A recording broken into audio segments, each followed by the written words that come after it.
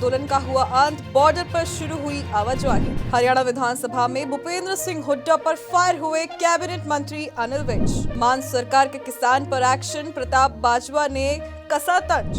हरियाणा में fake IPS अधिकारी का भंडाफोड़, पुलिस ने किया बड़ा खुलासा। पीएम आवास योजना की पहली किस्त जारी, 36,000 परिवार को मिले 151 करोड़ रुपए। नमस्कार, आप देख रहे हैं पंजाबकेसरी.com और मैं हूं आपके साथ कोमल पवार। चलिए रुक करते हैं हरियाणा की कुछ बड़ी खबरों की तरफ। इस वक्त किसान आंदोलन कहा जा सकता है कि खत्म हो गया है और बॉर्डर पर वाहनों की जो आवाजाही है वो भी शुरू हो गई है। ऐसे में जो किसान हैं वो लगातार आवाज उठा रहे हैं कि वो आने वाले समय में संघर्ष करेंगे और ऐसे में शायद मान सरकार के साथ साथ हरियाणा सरकार की भी जो परेशानी है, जो स्थिति है, वो चिंताजनक हो सकती है, क्योंकि किसानों की तरफ से अभी भी ये कहा जा रहा है कि वो जेल चले जाएंगे लेकिन संघर्ष नहीं रुकेगा। और इसी में बॉर्डर खुलने के बाद जो आवाजाही शुरू हुई है उस पर पुलिस प्रशासन का क्या कुछ कहना है, उसे सुनिए। फिरोजपुर में अब इस टाइम पे कोई सड़क जाम नहीं है। तो एक जगह पे उन्होंने जाम लगाने की कोशिश की थी, वहां से उनको हटा दिया गया। इस समय कोई भी जाम नहीं। सर, सिक्योरिटी के कैसे प्रबंध किए गए हैं?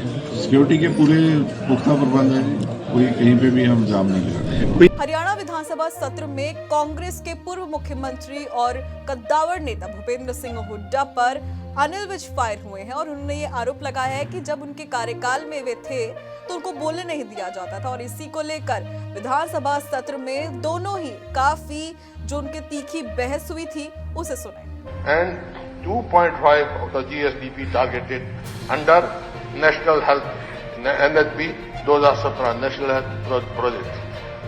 Moreover, the CAG in the last report submitted 2024 reported that more than 42%, 42% से ज्यादा जो है सैंक्शन स्ट्रेंथ खाली पड़ी है मेडिकल और पैरा मेडिकल पर। क्या होगा? हेल्थ नहीं।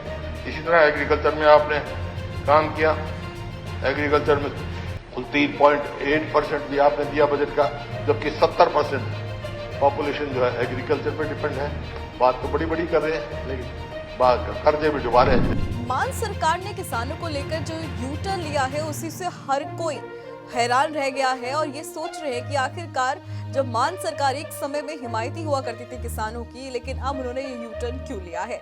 और इसी को लेकर कांग्रेस नेता प्रताप सिंह बाजवा ने भी उन पर करारा तंज कसा है और कहीं ना कहीं मान सरकार पर भी निशाना साधा है। है कि इसका नाम मान है, काम इसके सारे बेईमानों वाले हैं, तो इससे यही एक्सपेक्टेड था। और ये आप जो बात ऐसी है, ये लोगों को इस्तेमाल करने में मशहूर है। सबसे बड़ी सपोर्ट अगर ये पावर में आए हैं तो किसानी से मिली और खेत मजदूरों से मिली। आज देखिए, आज इनकी स्टेटमेंट ये है कि हमने ये इंडस्ट्री के लिए और कारोबार के लिए करवाया। हम ये कहते हैं अगर आपने ये काम करवाना भी था, आपने धोखाधड़ी क्यों की?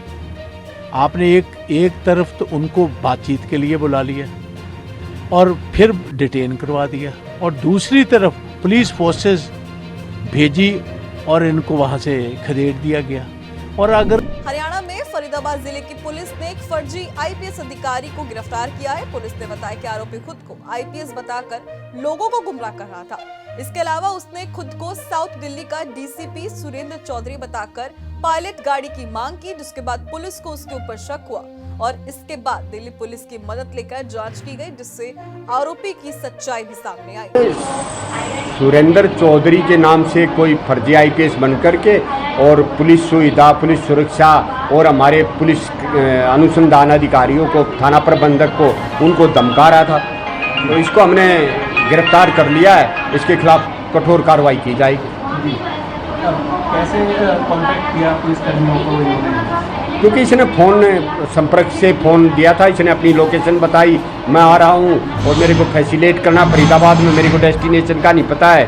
ठीक है, उसके बाद हमने इसकी आइडेंटिटी का चेक किया तो सब एक्सपोज हो गया इसका। तो कहाँ से फोन आया था और कहाँ से आपको ये मिले? ये हमारे को यहाँ इसमें फरीदाबाद दिल्ली बॉर्डर पर मिले थे। हरियाणा के लोगों के लिए बड़ी खुशखबरी सामने आई है। हरियाणा में सीएम नायब सिंह सैनी 20 मार्च को प्रधानमंत्री आवास योजना के तहत उन्होंने अपनी पहली किस्त जारी कर दी है। इसमें प्रदेश के कुल 36,000 परिवारों के खातों में 151 करोड़ रुपए ट्रांसफर किए गए हैं। बता दें कि करीब 70,000 लोगों ने पीएम आवास योजना का लाभ लेने के लिए सरकारी पोर्टल पर रजिस्ट्रेशन किया था। इनमें से सभी लोगों के वेरिफिकेशन के बाद 36,000 परिवारों के लिए पहली किस्त जारी की गई है। सीएम ने इस मौके पर कहा कि ये किस्त जारी करते हुए उन्हें गर्व हो रहा है, क्योंकि इससे गरीब परिवारों का सपना पूरा होने जा रहा है। साथ ही उन्होंने सभी लाभार्थियों को बधाई भी दी है। तो ये थी हरियाणा में कुछ बड़ी खबरें, लेकिन देश और दुनिया की तमाम खबरों के लिए आप देखते रहें punjabkesari.com। नमस्कार।